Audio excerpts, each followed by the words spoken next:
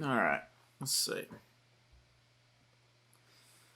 We've got Dorophobia, fear of fur.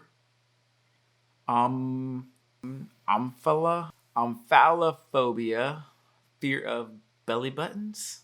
Really? Ablutophobia, fear of bathing or cleaning. That's pretty disgusting. Phobophobia, fear of having a phobia. Man, the list goes on and on of all the phobias and fears that people have. And you may not have some of these fears, but I'm betting you do have some fears, and you'd probably like to know, how do you overcome those? So that's what we want to talk about today.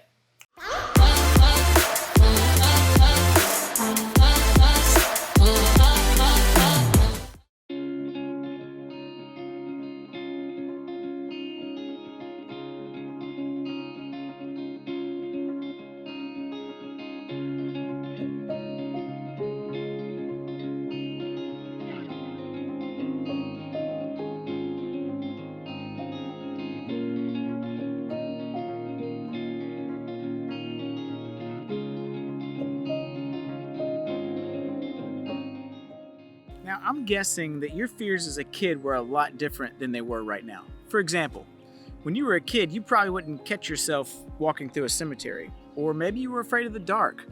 Or you were afraid of what might be underneath your bed. And then as you got into junior high, those began to change a little bit. Instead of being afraid of the dark, now we're afraid of rejection. And we're afraid of what people are going to think of us. Or we're afraid to ask that girl out because she just might say no.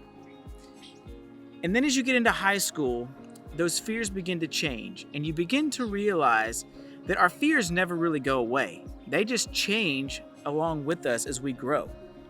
But if we're being honest, probably one thing that we're all afraid of is death. And if you think about it, most of our fears all lead to that one thing, and not just physical death, but also the coming to an end of something. And I would say probably the main reason we're afraid of death is because death seems final. But that's right where the story of Easter comes in, right in the middle of our fear of death. Now, for those of us who follow Jesus, Easter is basically the time when Jesus came from heaven to earth, died a criminal's death on the cross, and then when nobody expected it, rose again 3 days later. And for people all around the world, it began to change their lives. And one of the guys whose life it changed was this guy named Paul. Now, Paul used to be a guy who persecuted the church. His mission in life was to go and find all these Jesus followers and to kill them because he was completely against this whole uprising of this Jesus guy.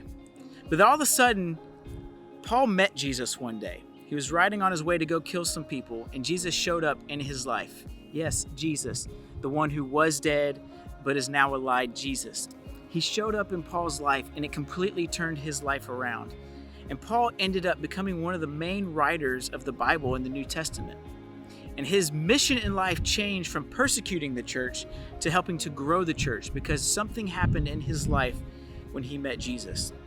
And Paul, everything that he did was very dangerous.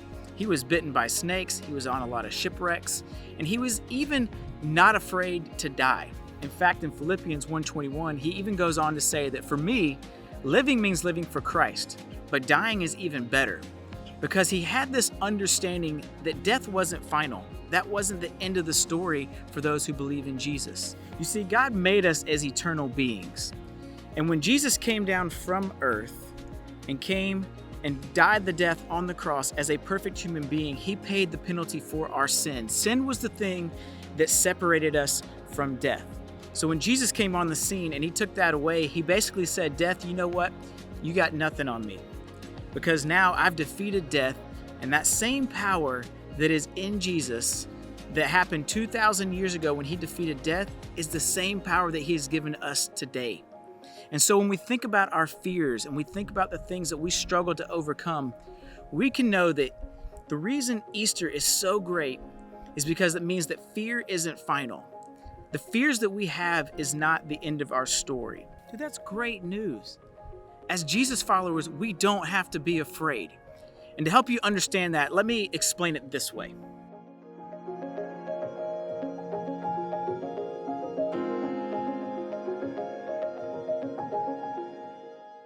All right, so imagine life is this right here, like the end of this extension cord.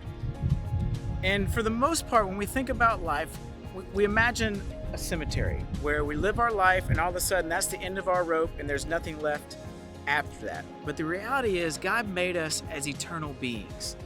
And so when this life ends, this is just a temporary place where we're hanging out. And then there's the rest of eternity. And this just goes on and on forever and ever. And that's where we spend the rest of our life. And the way this looks will depend on how we've lived our life here. So for his Jesus followers, this means spending eternity with Jesus in heaven forever. Right? And that is why we don't have to be afraid of death. That is why fear isn't final. Because Jesus has already defeated death and he has given us everything that we need to be able to overcome those same fears.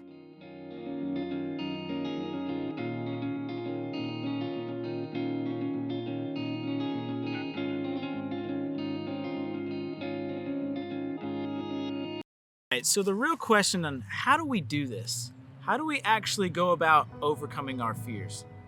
Well, personally, I think it all comes down to choice. You have the choice to either control it or to let it control you. Romans 8:11 says that the Spirit of God who raised Jesus from the dead is also alive in you. So you have the power to overcome any fear you want. So really it boils down to us choosing to tap into that power and to choose to overcome that fear. Now, let's be real for a second. Not all fears are bad. There are good fears that are healthy fears, and then there are the fears that control us. All right, the healthy fears are good, and those are in place for a reason to keep us safe. But then there's those fears that cripple us, the fears that keep us lying in bed at night, the ones that fill us with anxiety and depression. Those are the fears that we need to learn how to take control of. And because we don't have to fear death, and because Jesus has already paid the price for us, and he has given us the Holy Spirit who can help us in all these situations, there's nothing that we have to be afraid of. And there's nothing that we can't overcome because Jesus has already done that in us. So here's the challenge for you this week. What are the fears that are holding you back? And then 2, what steps are you going to take to be able to overcome those fears? Because how you answer those questions will determine how you live a life free of fear, free of anxiety, and be able to live the life that God called you to live. Because the life we live here is temporary. So let's make the most of this life so we can look forward to what's eternal.